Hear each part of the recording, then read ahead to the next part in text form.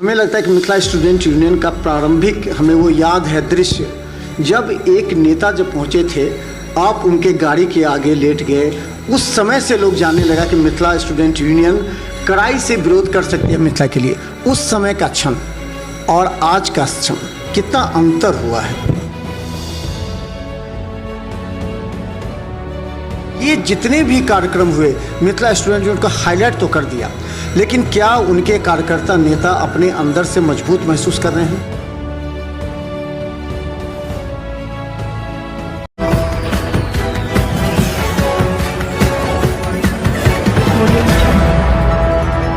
नमस्कार, बिहार मिथिला न्यूज में आपका स्वागत है। मैं हूं मनोज।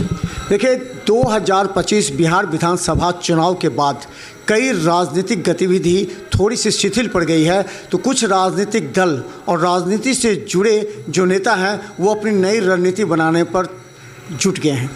ऐसे में हम बता दें कि मिथिला स्टूडेंट यूनियन और मिथिलावादी पार्टी, जिन्होंने इस बार विधानसभा चुनाव में भी अपना भाग्य आजमाया था, लेकिन सवाल ये है कि जिन्होंने ज़मीनी स्तर पर मिथिला के विकास के लिए कार्य किया, उन्हें जनता ने आखिर पूरा समर्थन क्यों नहीं दिया? चाहे वो जितने भी कारखाने हो मिथिला की इज्जत, मिथिला के सम्मान, मिथिला के जो उपलब्धि है उसके लिए लड़ाई लड़ते रहें। अविनाश जी हमारे साथ हैं, क्या लगता है? आपका स्वागत जी, बहुत बहुत धन्यवाद। अच्छा, हमें लगता है कि मिथिला स्टूडेंट यूनियन का प्रारंभिक हमें वो याद है दृश्य, जब एक नेता जब पहुंचे थे, आप उनके गाड़ी के आगे लेट गए। उस समय से लोग जानने लगा कि मिथिला स्टूडेंट यूनियन कड़ाई से विरोध कर सकती है मिथिला के लिए। उस समय का क्षण और आज का क्षण कितना अंतर हुआ है? देखिए, हम लोग लगातार जो मेहनत कर रहे हैं उसमें कुछ खास अंतर मुझे महसूस नहीं होता है। उस समय में भी कलराज मिश्रा जी आए थे और हम लोगों ने गाड़ी के आगे में लेटकर प्रदर्शन किया था। हमारा मांग था स्मार्ट सिटी। और आज भी कुछ दिन पहले मुख्यमंत्री जी आए और हमारे जिस ऑफिस पे आप बैठे हुए हैं उस ऑफिस पे घेराबंदी की गई। तो उस समय में भी सत्ता के सामने जो प्रश्न था वो आज भी खड़ा है। जैसे आप इंडस्ट्री का मुद्दा बोले, बजट पे बजट आया, कई बार बोला जाता है बिहार फ्रेंडली बजट आया, लेकिन एक भी चीनी मिल, जूट मिल, सूत मिल नहीं खुला। एम्स में जब जाइएगा तो एम्स में एक बड़ा सा दरवाज़ा बना हुआ है और एम्स नहीं खुला। तो हमारे साथ तो लगातार छल किया जा रहा है। जहाँ तक सवाल रहा है कि जनता ने हमें चुनाव के समय वोट क्यों नहीं दिया, तो पूरे देश स्तर के चुनाव को जब हम देखते हैं लोकसभा में या विधानसभा में, तो हम तो ये देखते हैं कि सत्ता प्रायोजित दुरुपयोग हो रहा है। डेमोक्रेसी को डेमोक्रेसी नहीं रहने दिया जा रहा है। चुनाव के दरमियान 10,000 15,000 रुपये दिए जा रहे हैं। बिहार जैसे गरीब प्रदेश में जहां 1,000 2,000 रुपये में भी लोग अपनी बात विचार को बदलने का काम करते हैं, सरकार के द्वारा प्रायोजित 10,000 रुपया, मुझे ऐसा लगता है कि सरकार को सत्ता में आने का मदद किया। जिस तरह मिथिला स्टूडेंट यूनियन किसी मुद्दे को उत्तेजित होकर के, ताकि जनता का फोकस रहता है, चाहे आप जिला पार्षद हो, जिला परिषद में हंगामा हुआ, लहरियासराय थाने में केस दर्ज हुआ। आपने वो देखा कि लहरियासराय थाने का दृश्य हमें वो भी याद है, और एक की हत्या हो गई थी गोली मारकर शायद नगर में, उसके शव को लेकर के लहरियासराय टावर पर। तो ये जितने भी कार्यक्रम हुए मिथिला स्टूडेंट यूनियन को हाईलाइट तो कर दिया, लेकिन क्या उनके कार्यकर्ता नेता अपने अंदर से मजबूत महसूस कर रहे हैं? अभी भी अगर आप जाइएगा तो बगल में एक स्कूल है, प्राइवेट स्कूल है।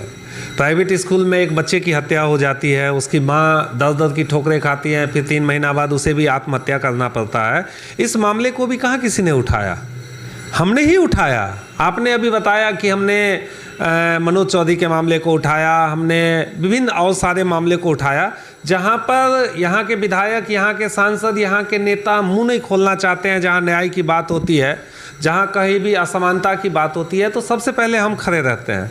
मैं एक छोटा सा आपको उदाहरण देना चाहूँगा कि हमारे नेता, हमारे विधायक, हमारे सांसद आपके मुरन में चले आएंगे, बर्थडे में चले आएंगे, छठियार में चले आएंगे, विवाह में चले आएंगे, लेकिन वहाँ पे एक बच्चे का हत्या हो जाता है और हमने खबर भी पढ़ा, चैट जीपीटी को देखा, गूगल को देखा, बहुत सारे रिपोर्ट को पढ़ा। कहीं भी इतिहास में मुझे नहीं मिला कि कोई 10 साल, 11 साल, 12 साल का बच्चा आत्महत्या करता है। तो आत्महत्या कर लेता है। उस समय हमने भी सबसे ही, हम भी लड़ रहे हैं और हम लड़ते जा रहे हैं, लेकिन मुझे ऐसा लगता है कि ऊपर से नीचे तक तो पूरे डाल डाल पे एक ही तरह के लोग बैठे हुए हैं, एक ही तरह के सत्ता के लोग बैठे हुए हैं। तो जब ऊपर से ही समझौता हो जाता है, विधायक को प्राइवेट स्कूल का चंदा मिल जाता है, हॉस्पिटल का चंदा मिल जाता है, तो कौन किसका सुनेगा। लेकिन फिर भी हम अपने चरित्र को जिंदा किए हुए हैं। हम जो भी सवाल जो आता है उसका जेन्युइन समाधान निकालने की कोशिश करते हैं। जो भी लोग हमारे पास आते हैं, बिना कुछ देखे, बिना जाति पाति धर्म वर्ग किए, बिना अमीर गरीब देखे, अगर न्याय की बात होती है तो सबसे मुखर रूप से हम ही लोग आज भी खड़े होते हैं। अच्छा, ऐसा लगा कि कई चुनाव में आपके लोग जीते, लेकिन उन्होंने पार्टी बदल लिया। वार्ड 40 आपके ही थे जिसके बल पर चुनाव लड़ा, फिर वो पार्टी बदल करके भारतीय जनता पार्टी में वो एक एमपी आकर के उन्हें शामिल करवा लेते हैं। इसी तरह जो अनूप मैथिल हैं, जिन्होंने इस संगठन को मजबूत किया, संस्थापक सदस्य रहे हैं, उनका जन स्वराज में जाना, क्या लगता है कि मनोबल और नहीं गिरेगा जितने भी आपके मिथिलावादी पार्टी के हैं या स्टूडेंट यूनियन के, या फिर एक नया संदेश चला गया है? मनोबल नहीं गिरता है। होता ये है कि हम लोगों ने भी पिछले 5-7 सालों में ये देखा कि जो नौजवान अगर मुखर होता है, आगे बढ़ के आता है, कुछ काम करता है, तो कहीं ना कहीं उसे ऐसा होने लगता है कि लोग उसे वोट देते हैं। मैं जब वार्ड 40 में जाता हूं तो मुझे आश्चर्य लगता है कि लोगों ने एमएसयू के बैनर को दिया, हमें वोट दिया, हमारे संगठन को वोट दिया, और हमारा वोट बैंक वहीं सुरक्षित है। हम जब मीटिंग करते हैं, हम जब सारे लोगों के साथ बात करते हैं, और हमें ऐसा लगता है कि हम अगली बार जब चुनाव में आएंगे तो उससे दोगुना वोट से वहाँ जीतने का काम करेंगे। तो कभी कभी नेताओं को लगता है कि हम बड़े नेता के साथ चले जाएंगे, हमारा बैनर पोस्टर में नाम आ जाएगा, तो हमें बहुत कुछ मिल जाएगा।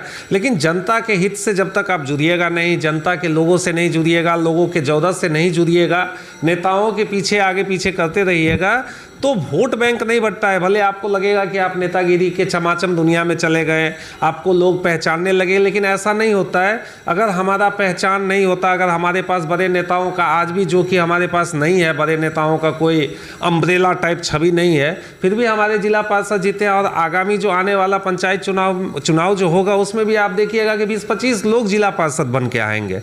तो मेरा ये प्रश्न है, एक छोटा सा प्रश्न है कि अगर लोगों को लगता है कि लोगों को जाने से संगठन कमज़ोर होता है, तो संगठन में एक नैतिक ताकत है। इस क्षेत्र की ज़रूरत है कि मिथिलावादी कोई संगठन रहे, मिथिला मैथिली का आवाज़ उठाए। हम लोग उस आवाज़ को बुलंदी से उठा रहे हैं, और आने वाले भविष्य में 2-4 के जाने से कोई फ़र्क नहीं पड़ने वाला है। 20-25 बन के आएंगे। आने वाले भविष्य में अगर हम वार्ड 40 में मेयर को चैलेंज करके हरा सकते हैं, तो 10-20 वार्ड मेंबर और नया बना सकते हैं, और सारे लोग आकर जुड़ रहे हैं। क्या लगता है कि यही सवाल, फिर जिस तरह मिथिला स्टूडेंट यूनियन की लड़ाई आपने लड़ करके, सड़क पर उतर करके, लाठियाँ, सही से बताइएगा कितने केस हुए हैं आप? देखिए, मेरे पास अभी पे 6 केस अभी मात्र 6 में, हाँ जी, वर्तमान में 6 केस है, और 6 केस में हमें लगातार न्यायालय में जाना पड़ता है, लगातार न्यायालय में उपस्थिति दर्ज करनी पड़ती है। और ये कहिए कि प्रशासन ने जो इतना जो केस किया है, उन केस के चक्कर में हमें काफ़ी धन का भी व्यय करना पड़ता है। तो जब हम अपने मातृभूमि के लिए आए, अपने लोगों के लिए आए, यहाँ के इंडस्ट्रियलाइजेशन के लिए आए, यहाँ के नौजवानों के लिए आए, तो वही ऊर्जा हमें देती रहती है, और हमें इस सबसे कोई फ़र्क नहीं पड़ने वाला। अंतिम सवाल, जितने भी विधायक यहाँ से चुनाव जीत के गए हैं, उनके क्षेत्र की जो समस्याएं रही हैं, जिस मुद्दे को लेकर के चुनाव जीते, विधानसभा भी प्रारंभ हुआ है, अगर वो उन मुद्दों को गंभीरता से सदन में नहीं उठाएंगे, तो क्या मिथिलावादी पार्टी या मिथिला स्टूडेंट यूनियन सड़क पर उस विधानसभा में जाकर के आप अपने तमाम टीम के यहाँ से विरोध करेंगे, ताकि जनता की भी समस्या? एकदम करेंगे, और हम लोग पूर्णतः रणनीति बना रहे हैं। हम लोग बजट सेशन का इंतजार कर रहे थे, थोड़ा सा मार्च का इंतजार कर रहे थे कि मार्च में बिहार का बजट कैसा आता है, देश का बजट कैसा आता है। देश के बजट में तो हमें पता चल गया कि मिथिला क्षेत्र को या दरभंगा क्षेत्र को क्या मिला। पिछला बार चुनाव की बात हुई तो कोसी प्रोजेक्ट की बात हुई, चुनाव की बात हुई तो बड़े बड़े रेलवे कारखाना की बात हुई, बड़े बड़े हाईवे का बात हुआ, एम्स का बात हुआ, दरभंगा में मेडिकल हब बनाने की बात हुई। लेकिन जब देखते हैं पिछले 5 साल या 10 साल के इतिहास को उठा के इसी सरकार में, तो ढाक का 3 पद, कुछ भी निकल के दिखता नहीं है।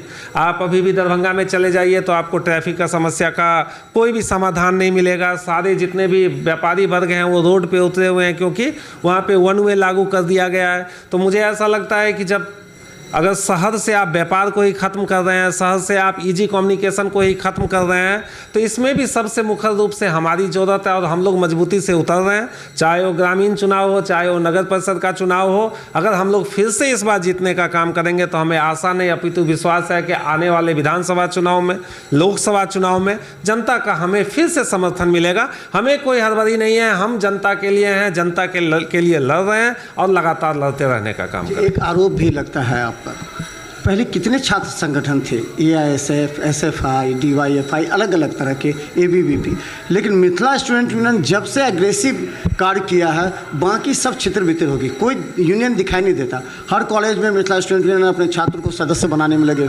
तो क्या लगता है कि लीड करेगा मिथिला स्टूडेंट यूनियन तमाम, क्योंकि अगर विश्वविद्यालय प्रशासन से लड़ना है मुद्दे पर, जैसे आप लोग लड़ते भी रहे हैं, लाठियाँ भी चली हैं कई बार, तो क्या छात्र संगठन को साथ लेकर के चलना ही अकेला चलना है? इसमें भी एक बात समझना है कि 3 बार हम लोग लड़े हैं और तीनों बार मिथिला यूनिवर्सिटी में इलेक्शन हुआ। अभी भी वर्तमान में हम लोग लड़ रहे हैं और रोज़ यूनिवर्सिटी कहती है कि इलेक्शन होने वाला है, इलेक्शन होने वाला है, लेकिन यूनिवर्सिटी चाहती नहीं है कि इलेक्शन हो।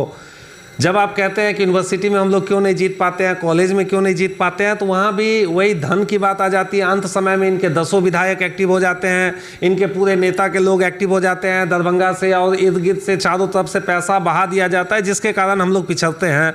लेकिन इसका मतलब ये नहीं है कि हमारा जनाधार नहीं है, इसका मतलब ये नहीं है कि हम लोग कॉलेज में, यूनिवर्सिटी में काम नहीं कर रहे हैं। और जहाँ तक सवाल है कि कोई भी छात्र संघ नहीं दिखता है, तो छात्र संघ तभी तो दिखेगा जब जेन्युइनली वो काम करेंगे। उनके जितने नेता लोग हैं वो तो दिखते हैं बड़े बड़े नेताओं के साथ पीछे आगे पीछे करते हुए।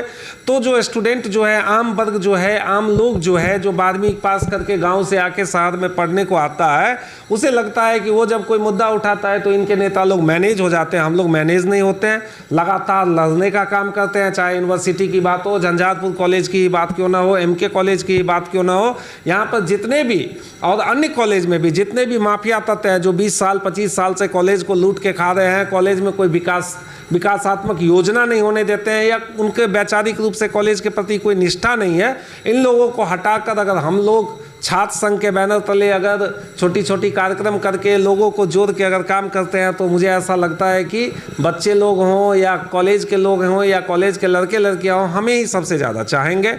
इसीलिए मिथिला स्टूडेंट यूनियन आपको सब जगह दिखती है।